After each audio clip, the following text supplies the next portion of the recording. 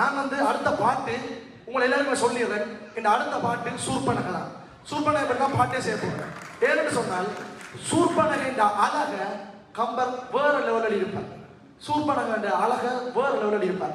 அதை தாண்டி சூர்பனகைக்கு ராமெல்லாம் காதல் வருது. உதாரணத்துக்கு சொல்ல போறேன். ஏன்னா என்ன பார்த்து என்ன வேண்டாம் விடுங்க. இந்த என்ன ஃப்ரெண்ட் பண்ணியும் ஓகே, அவன் லவ் வந்துட்டுது ஒரு பொம்பளை பிள்ளைக்கு. சரியோ, அந்த பொம்பளை பிள்ளை போய் சொல்லுது எனக்கு இன்னும் பிடிச்சிருக்குது. அவன் கல்யாணம் நடக்காது தெரியாது, சொல்லுது. தன்னுடைய ஆசையை சொல்லிக்க என்ன செய்யணும்? பிடிச்சிருந்தா பிடிச்சிருக்கு, பிடிக்கலையா போன்னு சொல்லணும்.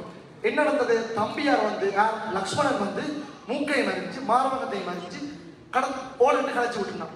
கலைச்சு விடையில எந்த தங்கச்சியா இருந்தால் எந்த அக்காவா இருந்தால் இப்படி ஒரு அவமானம் நடந்தால் நான் போய் கேள்வி கேட்பேன்.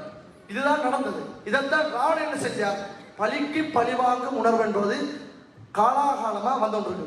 அந்த ஒரு நோக்கோட போய் என்னுடைய தங்கச்சி படுற வேதனை நீ அனுபவிக்கணும் என்ற உன்னுடைய மனைவி அனுபவிக்கணும் என்றதுக்காண்டி சீரிய தலைவன் தூக்கி வந்துட்டான். இப்ப என்ன பிரச்சனை என்றால் இதை தவிர ஒரு பிரச்சனை சொன்னால் நான் ஒத்துக்கொள்றேன் ராவணன் பிள்ளைண்டு. ஏன்னு சொன்னால் ராவணனை பத்தி நீங்கள் தவறா சொல்றதுக்கோ தவறா சித்தரிக்கிறதுக்கோ இந்த ஒரே ஒரு பாயிண்ட் தவிர வேற ஒரு பாயிண்ட் கிடையாது. இதுவே நீங்க ராவணனை பற்றி நீங்க சொல்ல சொன்னீங்கன்னா நான் பந்தியா கதைப்பேன். ஆனா எனக்கு அடுத்த விவாதம் தேவையில்லை. எந்த தலைவன் சரியான தலைவன் இப்படி நீங்க பண்ணதால